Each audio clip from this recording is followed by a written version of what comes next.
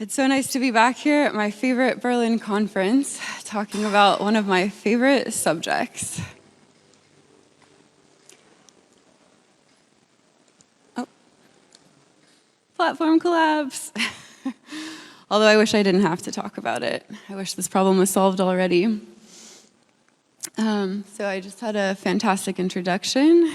And I have a long history in the journalism industry where I've worked in roles at the border between editorial and tech. So I've seen a lot of content management systems. I've seen a lot of dynamics about decision-making and what to use to power journalism. And that's what kind of led me down this rabbit hole, which I'm going to explain.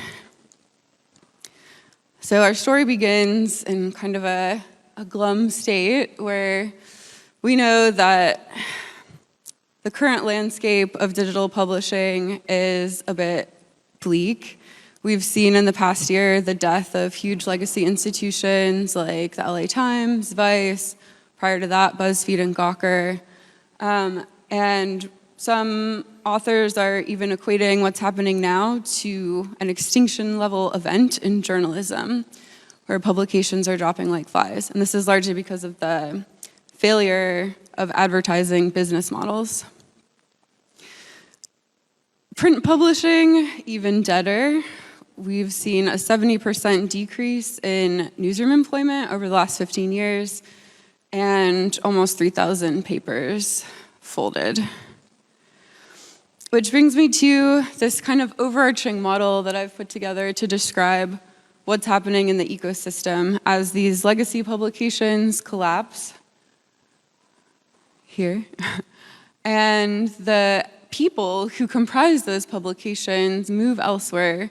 So they leave the legacy publication, either like squeezed of resources or bad policies, greener pastures.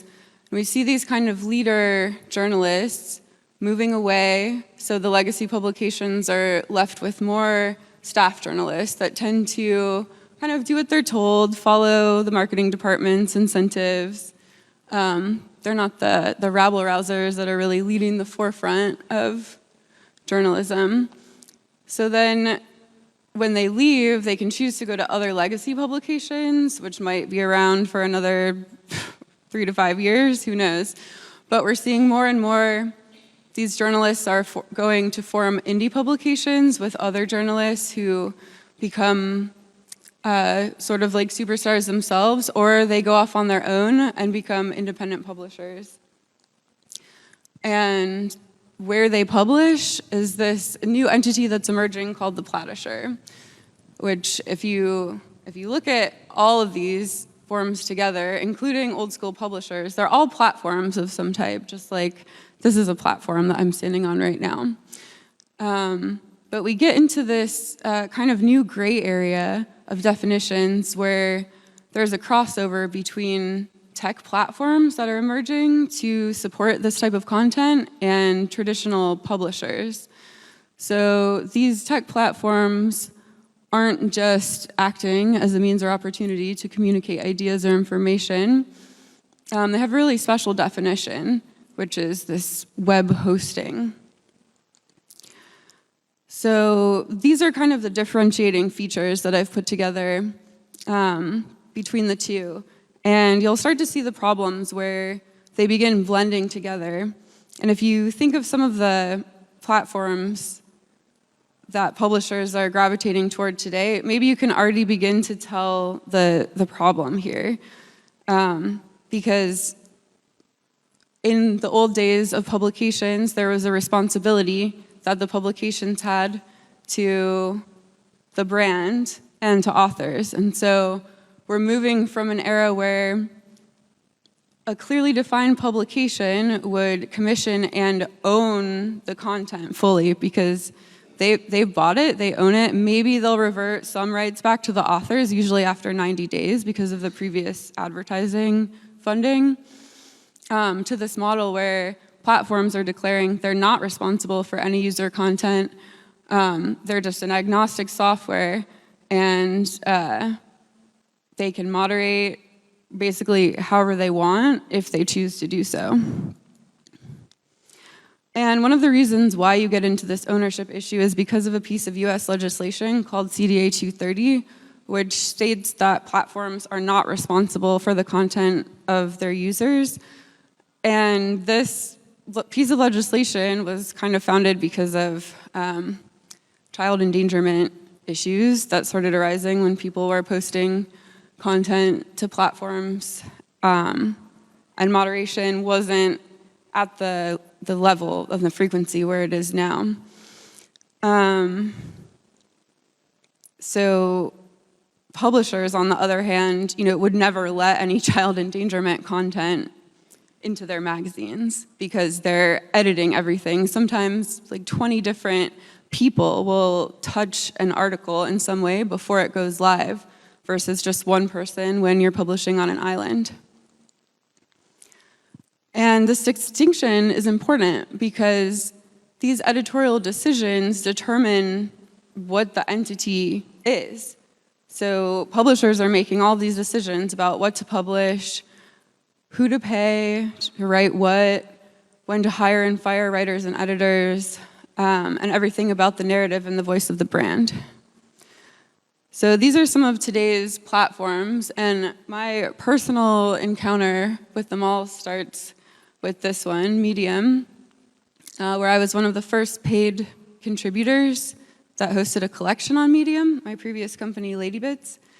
And it did not end well. I was there for about a year. This was the image that I used on my signing off piece. And even though I did a lot for the credibility of the platform, the algorithmic decisions on behalf of the company, which I had no control over, resulted in huge revenue fluctuations that were outside of any editorial decision-making that I could control. I really like this quote that I turned Medium from the thought catalog for the startup bro cringe pile that it was a year ago into the home of some of the best and most diverse voices of any platisher. So after Medium, I started thinking about what's next. I'm not going to stop publishing. I'm not going to stop curating diverse editorial voices. So that's when I encountered Substack. Or well, actually, I've kind of went through the ringer before. Beacon Reader was one of the best, and I wrote my way around the world, making all of my revenue just from publishing on Beacon Reader before it collapsed, and I had to manually migrate my content off. That was fun. And then Substack came around, and I was really excited about Substack because I had had an interaction with one of the founders before, and when I signed up for the service, he sent me this email and said that conversation was actually quite influential in how we've built Substack. And that was what informed their core principle that writers get to own their relationships with subscribers. Okay, cool, so I tried it out, and it wasn't long before I started seeing some of the same problems repeated. And this is kind of like the beginning of the decline, which I know it's a lot of text. But basically, they didn't even start moderating content, and they were kind of sucked into the same attention economy traps as the rest of the publishing industry. So critics were saying the platform was recruiting culture war provocateurs and was becoming a hotbed for hate speech and misinformation. Substack was generating over $2.5 million in annual revenue from anti-vax newsletters. And meanwhile, they're taking 10% of that revenue. That's one of the conditions for people to use their creator economy to profit, to support their livelihoods. And their response was sort of like we're here to protect the platform. Protect the platform.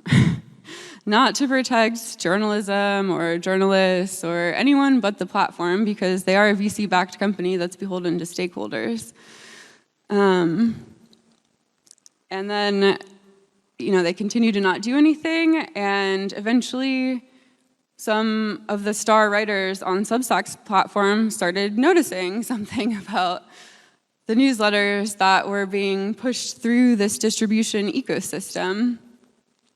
And even though, as Jonathan Katz said, Substack was advertising itself as the last best hope for civility on the internet, there was something brewing beneath the surface, which involved white supremacy, speech, anti-Semitism, and people posting overt Nazi symbolism and rhetoric on the network. And according to their content guidelines, this shouldn't be allowed. They don't want anything there that violates laws or regulations, and they have the right to interpret what that involves and take it down. But they didn't. They chose to not, with dozens of publications that were violating these kind of ethical boundaries. And the response was, we don't like Nazis either. Okay. But censorship, including by demonetizing the publications, won't make the problem go away. It'll make it worse somehow. So then it kind of started this snowball effect, and everyone started catching on that there was a bigger issue brewing with the management of this company that wasn't going away anytime soon. Even some German media outlets picked up on it. And a petition formed with Substackers Against Nazis of about 500 people, all saying, like, we don't want to publish our content alongside this crap. We have to do something if you want us to continue to stay here. And these are writers that, they didn't all just gravitate to the network because they thought it would be fun. In some cases, Substack paid them hundreds of thousands of dollars for a year of content to kind of like get them in the door, seed the network, and up the quality standards. So these people are leaving now. And meanwhile, Substack is hiding behind this defense that it's all the users that own what they create. And they only have a limited license to protect or to ensure that they're able to use the content to enhance distribution and basically like make the writers more money, because that's their goal. Even though they say they can make changes, so they could essentially like take the whole site offline, take certain sections offline, or introduce new features, maybe AI data mining for content across the board. They can do whatever they want there. And the users, the authors of content there, are solely responsible. They have no responsibility. And they say their only role here, solely to assist you in facilitating distribution. So they're just there to amplify the content with a mysterious algorithm and keep the readers coming back and subscribing. Okay, but then there's this no circumvention clause in it, which says that even though everyone owns their own content, they're only allowed to monetize it through Substack. So if they take that content that they own and try and get payment for it anywhere else but Substack, they're violating their whole publishing agreement. So I don't know about you, but that doesn't sound like ownership to me. And of course, they make sure to include Patreon, which is a common pass-through mechanism for payment in creator economies, and has its own problems. So now we get to the collapse of the tech platforms that were created to relieve the situation of legacy media collapse. And typically, we see this start to happen around the year 3 mark, with a kind of like 5-year trajectory, unless these platforms really start establishing their ethics. I kind of think of it as like Substack's policies are like a club having no bouncers. If everyone's invited and no one's checking bad behavior, who really wants to be there? So they've reached this point of diminishing returns, and the exodus is well underway, with some of their star journalists, including Pulitzer Prize winners, people bringing in millions of dollars of annual revenue for them, leaving the platform in various sign-off notes. Some saying that, the platform's management fundamentally lost their trust, not just about the Nazi issue, but for so many other reasons.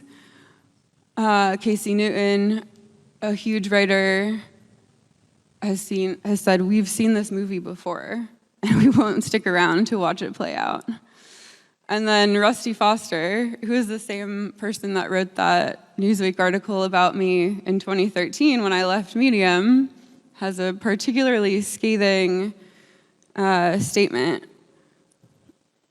"It's such a self-defeating choice. With time, the strategy leaves you nothing but extremists. It's happened over and over to platforms with your naive free speech above all else approach throughout the history of the internet. You're doing well for not but one by one and then it all at once. Everyone will find something here that they can't stomach sharing a platform with, except the worst of the worst. I'll be sorry to see it." And I'm sorry to see it too. I had a lot of hope for this network, and now I'm convinced it's one of the more dangerous constellations of technology and management that's preventing journalism from excelling in the way that it could be. And there are consequences every time a platform begins its state of collapse. For journalists, they're losing money. It's incredibly energy depleting to have to pack up all of your content and pop up shop somewhere else, especially with, at least in the beginning, Substack was clamping down on the subscription relationship. So they were doing their payment processing through Stripe. And if you closed your Substack site, then you would have to get all of the subscribers to resubscribe wherever you started again and re-put in their credit card information. So everyone's losing time. There are tools now to let people circumvent that process. But there are impacts for society as well, because if journalists aren't doing journalism, then we're losing our access to the democratic process to be able to understand what's happening in our world and make decisions accordingly. Not to mention, we're losing chunks of the historical record as content goes offline and platforms collapse. And this is all driving the value of the written word down to virtually nothing. So now moving forward into the future, how do we become impervious to platform collapse? Because it's not going to stop happening unless we state the conditions that are desirable for us to publish online and elsewhere.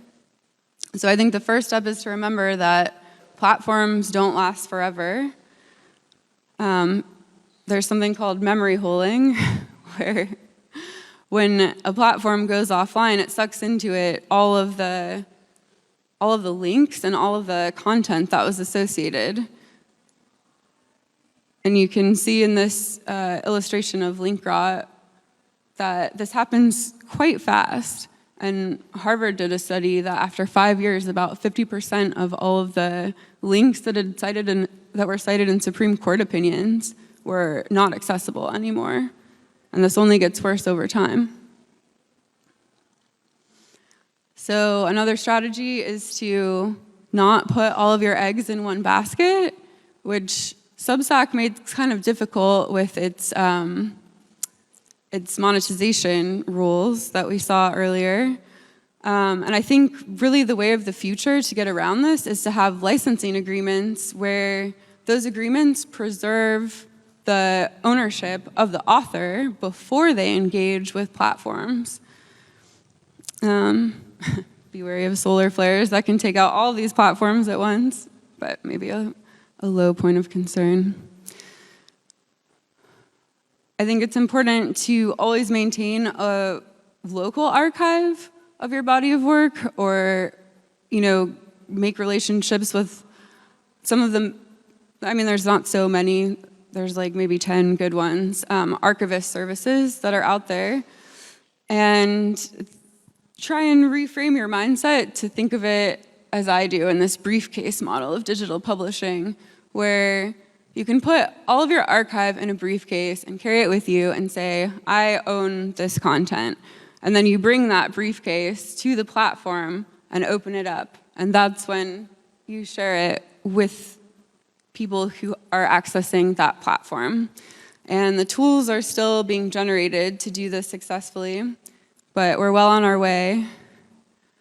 And I think most importantly, it's to make sure you understand and agree with the values of tech platform operators, including the founding teams, which was one of the first red flags that I noticed about Substack, given that its CEO is the former co-founder and CTO of Kik Messenger, which basically became a haven for child predators because of their lack of content moderation. And it's still running, it's still in the App Store somehow, even though it's like a cesspool. And they're not responding to emails. Like they're clearly profiting somehow still. Like the engine's still running, but they're essentially putting on horse blinders and saying, oh, we don't know what's happening on our network, so we're not going to do anything about it. And then this is the savior of journalism. Great.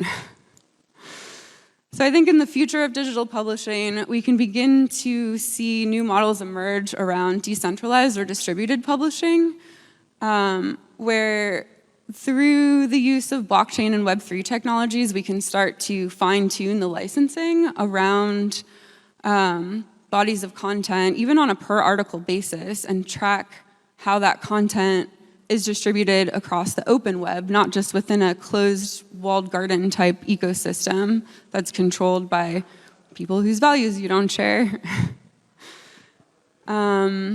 Maybe there are some lessons to learn from the music industry in this respect, which is why living in Berlin and researching this has been so fruitful so far. And I think that there's no way that we can continue to do any kind of journalism and quality publishing without curators. In every creative industry, we need people choosing what content is good and boosting the quality of it as a team effort. So this is the future that I would like to see personally, where instead of these walled gardens around centralized nodes that are all blocked off by paywalls, we're creating layers of interchange underneath the paywalls where the buyers and sellers of content can buy and sell and share their content with each other and distribute it to readers that are so disenfranchised right now by not having access to the huge body of work that's being created to explain what's happening in our world. So that's what I'm working on in my company right now, and I'm happy to continue the conversation online. Here's sources if you want to read up on the issue more. And yeah, feel free to contact me. Thanks for listening.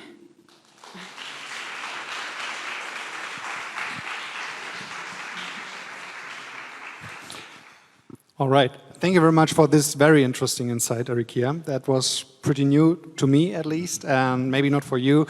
But yeah, nevertheless, are there any questions in the audience? Please feel free. Yeah. Just a short one, please.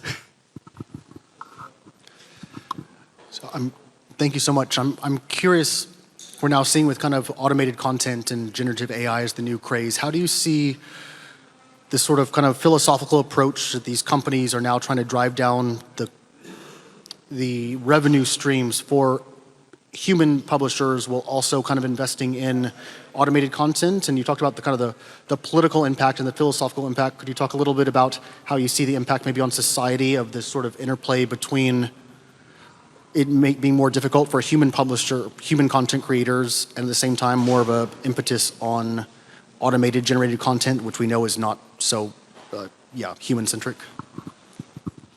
Yeah, well, we're seeing some interesting lawsuits happening right now involving publications and companies like OpenAI that are attempting to buy the rights to the whole database of articles, with the Financial Times, hundreds of thousands of articles at once to use as training data for its AI. And there is nothing in deals like that writers can do to push back and say, we don't want that, or we don't want it for that price, which is nothing for them.